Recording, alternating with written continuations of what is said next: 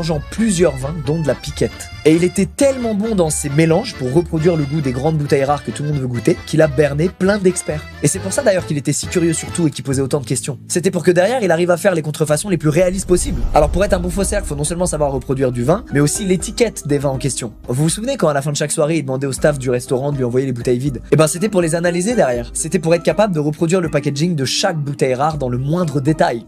Bon, même si une ou deux fois, il y avait une faute d'orthographe qui passait. Il achetait de la cire au kilo, il commandait des centaines de bouchons, et il commandait même des ramettes entières de papier à l'air vieilli. Et des fois, quand il ramenait une authentique bouteille chez lui, il avait même pas besoin de reproduire le packaging, il avait juste à la remplir d'un de ses vilains mélanges. Mais il y a une question qui réside. Comment il a fait pour duper tous les experts qu'il a croisés? Il y a forcément un mec qui avait déjà goûté une vraie bouteille du vin en question, et qui a tilté en goûtant la fausse bouteille de Rudy, c'est pas possible. Et ben écoutez, Rudy, en plus de savoir faire tout ça, il connaissait aussi très bien les faiblesses de ce milieu du vin. Selon les personnes qui assistaient à ces dîners, il savait très bien quand fallait sortir des fausses bouteilles et quand fallait sortir des vraies bouteilles. S'il y a vraiment un crack